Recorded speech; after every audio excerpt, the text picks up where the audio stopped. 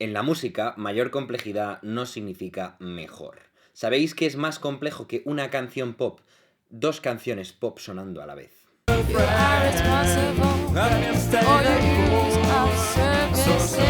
Mola, ¿eh? Ahí hay polirritmia, politonalidad, contrapunto. Bueno, ya si fueran tres. La gente que se queja de que la música es cada vez más simple, a mí me da un poco de miedo. Porque implícito ahí hay una distinción entre música simple y compleja como buena y mala.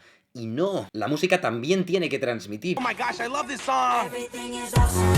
Y eso no se mide en complejidad. Y a eso se suma que es mucho más fácil quejarse de que la música se muere y bla bla bla, que intentar enseñar a alguien a disfrutar de una sinfonía de Beethoven o de una fuga de Bach sin acabar pontificando. Y a mí no me gusta pontificar. Espera, ¿cuál es la definición de pontificar?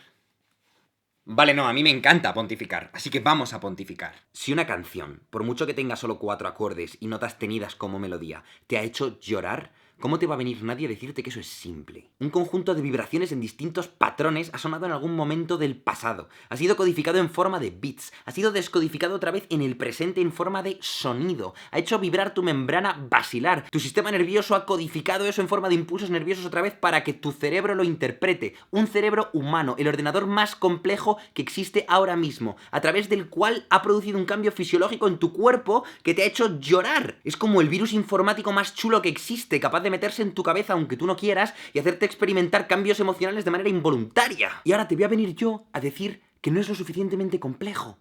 Because yes. Como si hacer esta misma canción en 7x8 y con 4 dominantes secundarias fuera a hacer que todo fuera completamente diferente. Como side note arbitraria pero relacionada, os contaré que Sia, que si no lo sabéis es ghostwriter de Beyoncé y Katy Perry y Christina Aguilera y todo el mundo, y que no viene del pop, viene del jazz y del indie, decía en una entrevista que al principio le desagradaban las canciones que vendía a otros artistas, porque le parecían muy simples y vacías, hasta que comenzó a leer y a fijarse en las reacciones que tenían los fans de esas obras, y que le decían: esta canción me ha cambiado la vida, me ayudó a superar una ruptura muy difícil, etcétera, etcétera. Y que entonces se le cayó un poco todo el cinismo y se quedó como, joder, a lo mejor estas cosas merecen mucho más la pena de lo que yo pensaba. Vale, dicho todo esto, en la música, como en todas las artes, hay una parte de entendimiento intelectual que te permite disfrutar de cosas que si no las entiendes, pues solo son ruido. Hay obras que llegan aquí, obras que llegan aquí, y como le decía Mozart a su padre en una carta, las mejores obras son las que llegan a los dos sitios,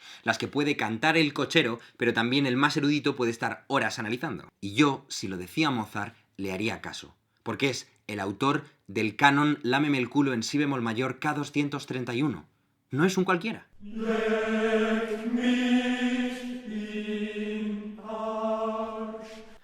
Así que partiendo de esa base, quiero que durante las próximas semanas aprendamos a escuchar distintos estilos de música. A ver, la analogía no es perfecta, pero es igual que la diferencia entre leer poesía, leer un artículo científico o leer una receta de cocina.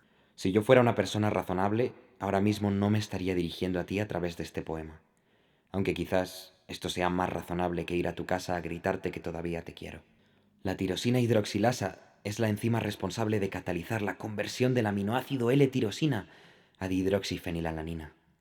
Huevo, aguacate y un poco de patata, bien bañada en aceite. Mi voz interna debería cambiar, mis esquemas mentales para la tarea también. No escuchas igual una sinfonía de Beethoven que una canción pop. Te fijas en cosas distintas y buscas cosas distintas. Y si nunca nadie se ha parado a explicarte qué hay que buscar en una sinfonía y por qué es interesante y por qué mola, pues es normal que no lo sepas. La ventaja del pop es que nadie te ha tenido que explicar nunca lo que era una compresión con sidechain para que quieras mover el culo al ritmo del bombo.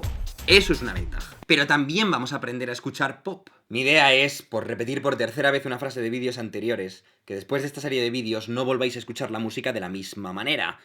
¡Chachán! A ver, tampoco vamos a reinventar la rueda en cada vídeo. Para lo que vamos a ver no necesitas saber de armonías, ni saber de ritmos, ni tener ningún tipo de formación musical. Solo 2 orejas. O una si está en mono. Y curiosidad por este arte tan abstracto en el que nos da por juntar sonidos raros y ordenarlos de maneras arbitrarias para producir sentimientos en personas. Es que es todo muy extraño. El caso, y por resumir, ¿en qué se parecen esta escena del Señor de los Anillos, el musical más famoso del momento y las obras de Johann Sebastian Bach? Pues eso es lo que vamos a ver en los próximos vídeos.